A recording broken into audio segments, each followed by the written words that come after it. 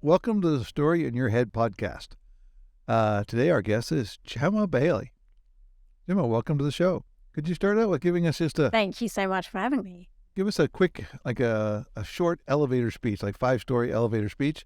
Who are you? And introduce yourself to our listeners. All right. So I am a trainer and a franchisor. I am also a therapist, so I wear a few different hats, actually. I've got a few different companies, but they all center around mental health and well-being.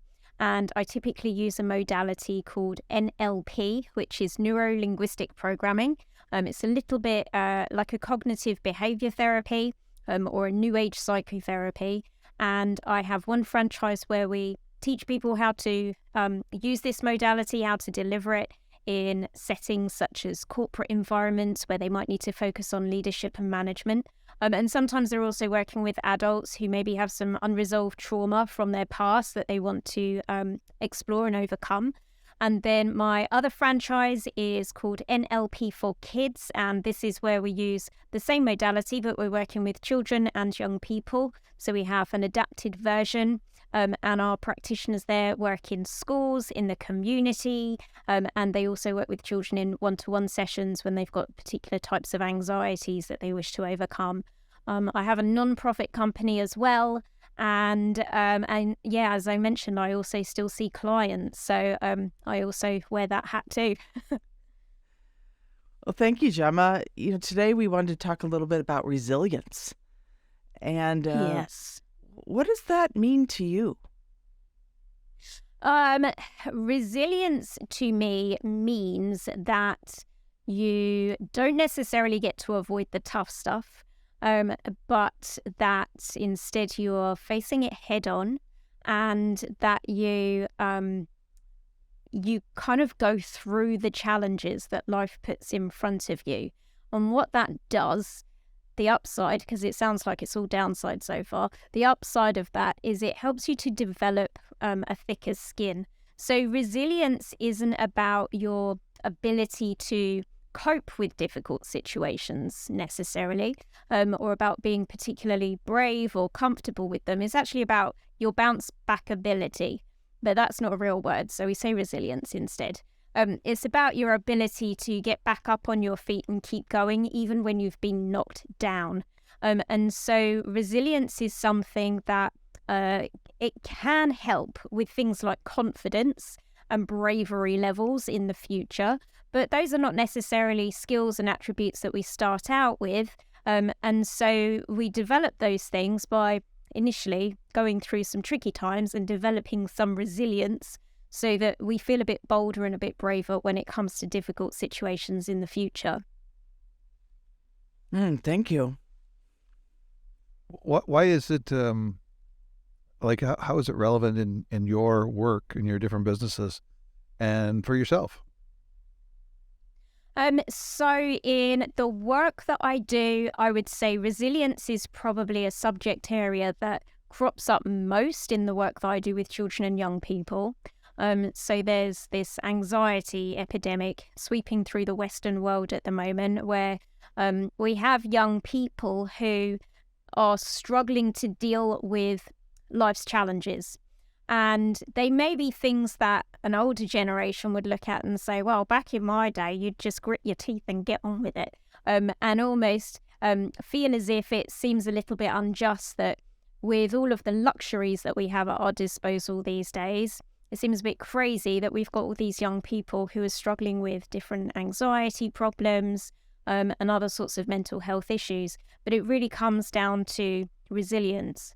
And if you have resilience there, then those challenges still exist, but you're just better able to cope with them as and when they come along. And one of the things that we're seeing at the moment is where we've gotten almost into a culture of expecting very fast results to things. Everything's moving very fast these days, and most of the things that we want, we can get very quickly. And that's lovely in some respects, and we're very lucky in a lot of ways, but it also means then that when there are difficult situations that maybe take time or energy or perseverance for those to for us to work through them, but actually those might be skills that young people aren't as used to having to tolerate. And so for them, we might look at them and say, okay, their resilience levels are not where they ideally should be. And because of that, they're not coping in situations that might, on the face of it, seem to be things that would actually be quite easy to tolerate and resolve. So it definitely shows up there. Amongst the adult population, it probably shows up a little bit less as an issue. But sometimes there are instances where I might work with someone who has an issue that doesn't seem, or wouldn't seem to many, as if it's really that big of a deal, but it's really weighing on this person's mind. And that might come down to in some respects, might come down to just some poor organization or just a need for some more practical skills, but it might also be related to their levels of resilience. And so they may have some issues perhaps going on at work or in their family, which seem like, okay, well, those would be quite annoying things, but they're quite low-level problems, and there might even be some quite simple resolutions to those things. But if they don't have resilience, then they might find themselves getting overly stressed out, more anxious than they would like, perhaps suffering in some areas of their physical health, such as not sleeping well, finding that their diet doesn't follow the trend that it should do, and that there are all these other sorts of issues that are cropping up for them, and that's really down to them not being able to deal with their problems in a more resilient way. So resilience shows up in lots of different ways for lots of different people. And I would say for myself on a personal level, I've probably had to develop more resilience than most because of the different experiences that life has thrown in my direction. Could you share a little thanks. bit? Yeah, could you share a little bit go about ahead. those situations? Oh, that of life course. threw at you? Yeah. So I think I got more than my fair share. I'm just going to say that straight off the bat.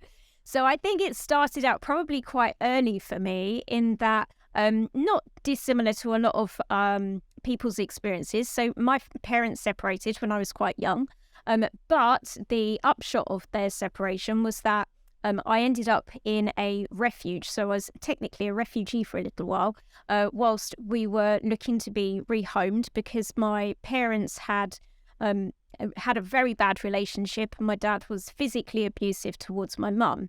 Now, what I wouldn't have said back then, but I can say with some certainty now, is that my dad did have alcoholism issues, but it was all very much labelled up as he was a social drinker. And so, in a way, it seemed like it was almost acceptable for him to live that sort of lifestyle because he was with his friends and he was having a good time when he was drinking. It's just that he did that rather a lot. On reflection, I would say that my mum had some kind of personality disorder, so probably borderline personality disorder, which wasn't diagnosed because back then it just wasn't. It certainly wasn't as well known as a mental health disorder, but it also wasn't really good form for families to refer their loved ones to mental health services. It was very much frowned upon. And so those two people coming together with their respective baggage that they had was a little bit of a recipe for disaster. I do have siblings, so I have two older siblings from my mum's first marriage. My brother was given up for adoption, so I didn't actually grow up with him. But I do also have an older sister who has severe learning difficulties, and she also has epilepsy. So she was taken into care services when we were children. And so it was essentially just me and my mum pretty much together all the time. And then I would spend the weekends with my dad. So all of that was quite challenging to go through as a child because we had a couple of periods of times where I was moved to different schools because we weren't settled in actually having a place to live. And then my sister being taken into care. And then the weekends were spent with my dad, who was drunk. So as I grew up, these things, to some respect, seemed just like this is what life looks like and it sucks. But I kept muddling through and put an awful lot of my time and energy into my schoolwork and kind of seeking out the praise and recognition and all of those good self-esteem building things in that environment, because I wasn't necessarily getting that back at home. So fast forward a few years, and I ended up obviously becoming a therapist and starting up my own businesses. And so all of that praise and recognition from being in the school plays and pleasing my teachers must have paid off in some way. But very shortly after getting some premises for myself to live in and for my business to work from, they both happened simultaneously, I started to notice that things were not quite right with my family. So although my parents were separated, they both still lived locally to where I was living. And within a few months of purchasing the building that I moved into and starting all of the renovation work here, my dad was rushed into hospital and he passed away. And it was the same day that he passed away that I realised something was very wrong with my mum. In fact, when I called her to let her know that my dad had just passed away that day, the first thing she asked me about was around his financial situation, and it just was not the right conversation to have. It just didn't make sense. So, a very long story short, it took about 18 months of speaking with psychiatrists, neurologists, brain scans, before we discovered that she had a rare brain disease called behavioural variant frontal temporal dementia. And that is different to dementias such as Alzheimer's. It's a little bit more like motor neurone disease. And unfortunately, in her case, it was quite fast acting. And so I had just taken on 2 new buildings that both needed renovation, which meant that I needed more staff to help me run my office. And simultaneously, having lost my dad and then realising that now my mum is going to be going through this process toward the end of her life, I then needed to put her property up for sale, find her a care home, resolve some of the challenging behaviours that she was starting to exhibit. So she'd started gambling and doing some just really quite things that were quite bizarre and out of character for her, even though she had been quite difficult with her personality beforehand. It got 10 times worse. She became quite aggressive and angry. And as I mentioned, I have a sister who has learning difficulties and special needs. And so that meant that overnight, I literally suddenly had 2 dependents. One was my mum and the other one was my sister. So I had to go through all of the power of attorney process for my sister to become her legal guardian. And that coincided with the care home that my sister was living in, closing down due to safeguarding reasons. They weren't taking care of their residents properly. So at the same time as finding a home for my mum, I was also having to find a home for my sister and trying to build my own home all at the same time whilst running these 3 different businesses that I've also got as well. So that definitely did something for building my resilience. Yeah, I hear all the things that were thrown at you and how you help other people with their resilience. How did you work through that? I think that in hindsight, looking back on it, it really was just a case of do what you can and keep chipping away, and just taking one day at a time. Now that sounds easier said than it was done. What I noticed about myself, so bearing in mind that I'm a therapist, so I was working with people every day and helping them with their anxiety problems. Quite often I was waking up in the morning with the of anxiety and going to bed with a very similar feeling. And then also thinking, hang on a minute, I should know the answers to how to resolve this feeling. I teach it to other people. But the reality is when you are in it yourself, it really is quite a different beast. And I found that the only way really that I could manage was to not plan too much around the future, take each day as it came. And whilst I say don't think too much about the future, don't plan too much into the future, there definitely was a degree of where I knew, for example, that my mum was coming to her end of life stages, that on a practical level, if there were things that I could do to make the future easier for myself, then I would start to put those things into place already. So as an example, one of the things that happened as she was coming towards the end of her life was I started to grow conscious, because all of that tied in with COVID. It all kind of started to happen around the same time. So there was a period of time when I actually couldn't see her because of the restrictions on visiting care homes. And whilst everyone else was saying, oh no, all of these lockdowns are a nightmare, I was thinking, thank goodness for these lockdowns, because I actually got some breathing space during that time. And I realised then that when I had too much time on my hands, that was when the busy brain really kicked in. And so I suddenly thought to myself, I'm going to need to plan my time very carefully once my mum has passed, because I realised then how much of my time and energy was going into visiting her or dealing with paperwork around her situation, or just the sort of day-to-day updating people and family members. And I suddenly realised, I'm going to have some time on my hands quite soon, and I don't know how I'm going to feel about that. That might be when all of these last few years really hit me in the face. So I decided to start a degree, like you do. So I started a master's in psychology, part-time, obviously.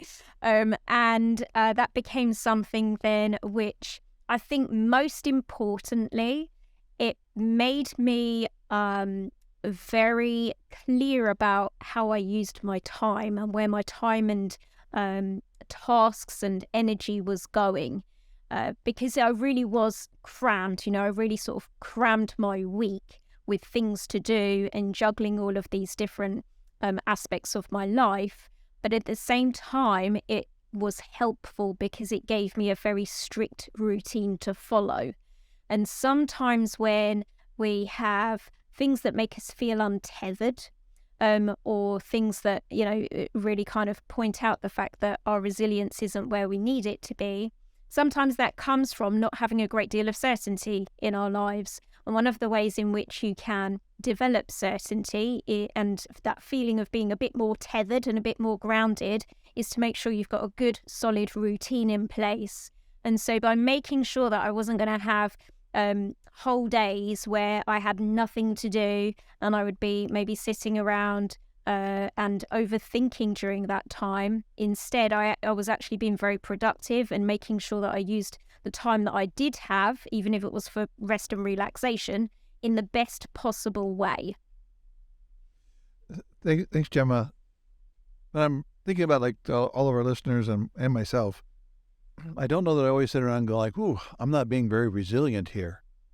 So, because the word doesn't exist for us that way, what are some of the stories we might be telling ourselves that would actually be like a sign of that we're not being resilient or we're not building resilience in our lives? What were some of those common stories? Yeah.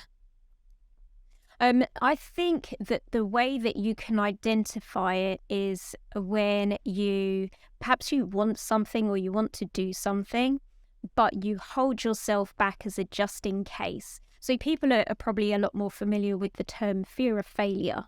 So, there's maybe something that you would like to achieve, but if you are anxious about not being able to achieve that thing, that could be a resiliency problem, because there are other people who might be in very similar circumstances and maybe even have less skills or less resources than you do. But because they have a bit more of an attitude of, well, let's just give it a go and see what happens, or what's the worst case scenario, that they might still move forward with those plans. And those people, we might then say, they've got a bit more grit about them, a bit more resilience to them. quite often when I talk about resilience, I use a metaphor of, so we've probably all heard of the saying before about not being very thick-skinned, and that relates to resiliency. If you're a resilient person, we might also say you've got a thick skin. You've got a tough exterior about you. Well, the thing with having a thick skin is that you don't develop it from doing soft stuff. So on a practical level, if your job was stroking bunnies all day, every day, that would be lovely, but it's not going to give you a thick skin. The kind of stuff that gives you a thick skin is where you're maybe doing something that's harder, a bit more manual, something that almost grates up against you, maybe even causes some scabs and a bit of chafing and, all of those things that actually cause you to physically get a thicker skin. So we know that the thicker skin doesn't come from doing the soft stuff. The thicker skin comes from doing the challenging stuff. So if you find that you're asking yourself the question, am I a resilient person or not? I'm not really sure how to measure it. The measure might come from how comfortable do you feel, or how certain do you feel within yourself that you could do the difficult things if they came your way.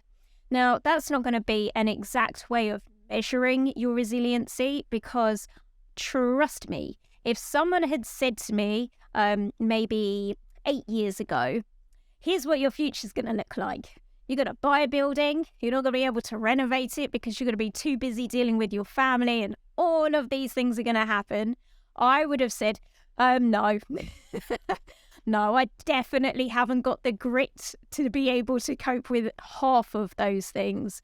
And so there definitely is something to be said for having more within us than we perhaps give ourselves credit for. And sometimes we don't let those things blossom until we're really under pressure, or until we really have to. So perhaps something, therefore, that ties in with being a resilient person is also having self-belief, or having some kind of belief. Maybe it's not even belief in yourself, but there's some sort of faith that has to almost hold up your resiliency like a pillar, so that you will keep going, even if you think in advance, I don't know if I'm going to be able to see this through. I don't know if I've got what it takes. But if you've got something inside of you that says, well, we're going to keep going anyway, or I think maybe there's a chance that I can do this, I'm going to get through it.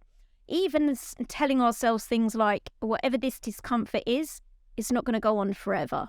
Even something like that gives us a little bit of a light at the end of the tunnel, and that may be enough to keep us on track and to push through those uncomfortable situations that then ultimately end up paying dividends later, because it means that we've developed that thicker skin and we've now got a lot more resiliency about us. Yeah, thank you. I was very triggered to think about that belief in yourself, and how the stories that you tell yourself, the stories that you make up about whether or not you believe in yourself or you don't, and how that can help you and I guess be more resilient. And we talk a lot about the stories in your head.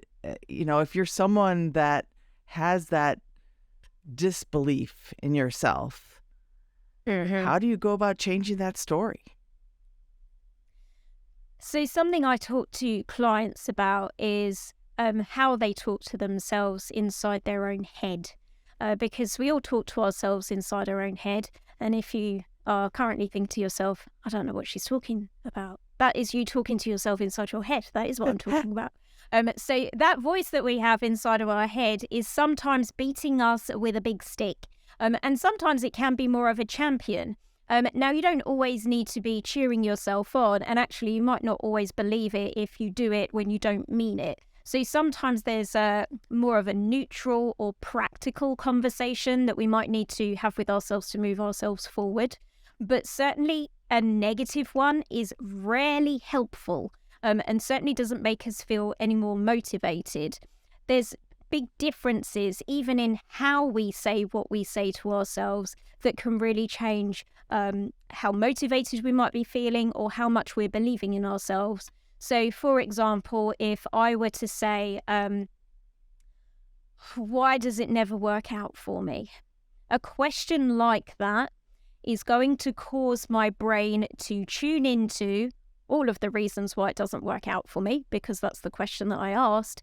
And it's more likely to get me looking backwards and in a negative way. So by backwards, I mean into the past. So it's more likely to look into the past and to do so negatively. If I ask myself a question that begins with a how, so how can I do this? This one is more likely to get me looking forwards, and is more likely to give me some solution-based answers. If not at that exact moment in time, it's at least going to start running a background program so that that question, as I move throughout the day and move throughout my environment, there are going to be little clues that I see out the corner of my eye that maybe sow a seed for later on, or something that I hear on the radio, which I pick up even on an unconscious level and then later think it was my own idea. So asking ourselves the right kind of questions in the right sort of a way can make a really big difference to how we get our brain tuned in and what the story in our heads might sound like. Now, alongside that, we've also got a tone of voice that we use inside our head when we're talking to ourselves as well. So there's going to be a really big difference between me saying, how can I do this? And me saying, how can I do this? So one of them implies success and the other one implies disaster. So we just need to sometimes take a moment to evaluate the thoughts that we've had. And I know this sounds a bit clunky because what I'm saying is think about your thinking. And you can't always do that in the moment. You know, sometimes it's like, boom, the thought's already happened. But if that's the case and you've at least identified it on the other side, then you can go back and correct it. You know, you can say it in the right way. And the way to know whether it is the right way or the wrong way is by tuning into your feelings. Like, how are you feeling? And then we can almost reverse engineer it and go, well, what was I thinking right before I started to feel that feeling? You know, so if you're feeling a bad feeling, chances are right before that you are thinking a bad thought. Sometimes it's not a thought in a linguistic sense, so it's not been a sentence that was strung together like the examples I gave. Sometimes we might be making pictures inside our heads. Sometimes we run movies in there, full surround sound, 4K, you know, and those can be good or bad. Sometimes we're thinking about best case scenarios. That's rare. More often than not, we're running worst case scenario movies. Now, again, in an ideal world, I'd say, well, don't do that. It's not very helpful, is it? But if you're partway down the rabbit hole already and you've already got the movie running, then it's like, oh no, it's already bad. So in that situation, a good thing to do if you identify it is to turn it into a contingency plan. All right, so let's imagine that these terrible things did happen. What are we going to do about it? How do we change the ending of this movie so that you still reach the end of it and feel like a superhero? What do we do to change the scene? And sometimes it can be really basic stuff. You know, sometimes it might be that this disaster movie, typically it's like grey and raining and, you know, there's sounds of people crying in the background. You know, we like really go for it when we do it. So sometimes changing the movie might just be about, and the sun comes out. You know that sensation that you have if you're in a room and then a cloud moves out of the way and suddenly it's like, and it's suddenly bright sunlight everywhere. That can just change the whole theme of what you're focusing inside your head and can therefore give you a really different outcome to what it is that you were thinking about, and it changes the story. Thank you, Gemma. Great story. So here's something I notice other people do as well. We've discovered something, right? We go, oh, resilience, and then we go and work on it for ourselves really good, right? And then we begin to notice it in others, or the lack of it in others. And then we go out into the world with our new resilience hammer or club and beat everybody else we know over the head. Well, that's not our story. Our story is we're here to help, but they all go like, would you quit beating me over the head with the resilience hammer, right? Like, how do you help people craft a story so that they could be help to others? Yeah, that's a really good question. I think tying in with that, something that I notice, because I do a lot of work with young people and going into schools, And one of the questions that I'll be asked by school leaders is, we've noticed that our children are not very resilient. We'd like you to come in and teach them to be resilient. And I always think, well, what do you want me to do to them? Like, it sounds like I'm going to need to put them through some really uncomfortable processes just so they've got resilience on the other side, right? So I feel like with resilience, it's not like, I don't think you can go on a course and develop it. You know, you can do certain processes to help you become more confident. There are things you can do to change certain beliefs about yourself. I think resilience is something that you get as a byproduct of the other experiences that you go through in life. So coming back to your question around how can we kind of steer people in that direction without just, you know, hitting them over the head and saying, this is what you need or this is what you're lacking. I think it's really about empowering people to face up to their own particular life's challenges. And it's really difficult to weigh up what constitutes a life challenge, right? Because I could be in pain because I've broken my femur, and someone else could be in pain because they've got a paper cut.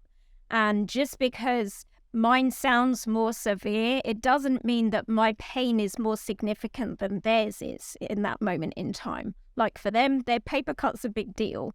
And I think the same thing applies in an emotional sense as well. Like, we really need to be quite careful about saying, well, if you went through this, then this is what would make you stronger. Or you shouldn't go through this because this is going to be too overwhelming for you. Like, we just don't know. All we can really do is empower other people to face the challenges that they feel ready and comfortable to face. And to, you know, be by their side, but not necessarily push them through it and not necessarily walk through it with them, because it needs to be their own experience and their own story. So I think, you know, in answer to your question, it's really going to be about helping other people to feel empowered to face up to their stuff. And sometimes we can use our own stories and, you know, maybe even some of what I've talked about today might be helpful for other people in putting things into perspective in their own lives or helping them to work through something similar. So I have a podcast as well, and I talk to people that have been through extraordinary life circumstances. And very often when I've spoken to the people that are on my show, I get to the end and I think, well, I've got nothing to moan about. Like, who am I to complain? You know, because I speak to people that really have quite extraordinary tales of survival, and that empowers me to put my own life challenges into better perspective. It's almost like a negative comparison. So that can be very valuable, but we need to be a bit careful about using our own stories to kind of override somebody else's pain. Like I said, just because I've got a broken leg doesn't diminish your paper cut. Yeah, how you triggered me to think about, we talk about the power of telling others that we believe in them. And not in a false sense. Like, and not because of something they've done, that they've, you know, we have evidence that we can, we believe in them. And that means we believe in them to do whatever it is that they want to do. And I don't know if we say it enough. Right? I think about my kids. I don't know if I say it enough to my kids. I believe in you. And the power of hearing those words, like, oh, wow, I can believe in myself. Yeah, 100%. I think that it's something that we are less inclined to do the closer we are to the person. I was actually talking about this in a similar way the other day around how it's really important to, in our culture at least, to have good manners, you know, and to thank people when they do something well. Well, I know that if I go to a restaurant and I'm being served by someone I've never met before and I will never meet again, that I'm saying things like, thank you so much, that was so lovely. When I get to the end of the working week and I'm wrapping things up with the staff who I spend 40 hours a week with, it's so easy for me to just go, okay, see ya. And to completely forget to say, thank you so much. You've been amazing this week. And it's just because I've got a closer relationship with them. So I think it's easy for us to take these things for granted. It's almost like, well, I expect you to know that I think those good things about you. I expect you to know that I'm grateful. I expect you to know that I'm proud of you. I expect you to know that I think you've got this. And actually, it makes all the difference when you hear it. But I think there's something in the delivery around that as well. You know, it's going to make a really big difference to my staff team, for example, if I say, hey, before you all go today, I just wanted to say that you really kicked it this week. You were on the money. Thank you so much for all your hard work. Then if I just flippantly say, okay, thanks guys, bye-bye, like that doesn't mean as much. And if we're empowering, if we're looking to empower somebody else, then it might just be a case of slowing down our messaging, like physically, the way that you say it slower, look into their eyes, maybe put a hand on their shoulder if that's appropriate to do, call them off to one side, and just like really give them a moment of acknowledgement, and that's going to really help that message penetrate a lot deeper. That's really great. Thank you. Well, Gemma, it's been great to have you on the show today. If somebody wanted to reach out to you, how should they do that? There's a few different ways. So I would say if you're interested in all of the stuff that I do, training, coaching, etc. for grown-ups, then you want to head on over to peoplebuilding.co.uk. You can also find out details about my own podcast on that website as well. And if you're interested in the work that we do with children and young people, the website to go to is NLP for Kids. So that's November Lima Papa and numerical 4 kids.org. It's great. Gemma, thank you for being on our show today and sharing you with us. Thank you very much. Thank you, Gemma. It was lovely to speak to you. Thank you.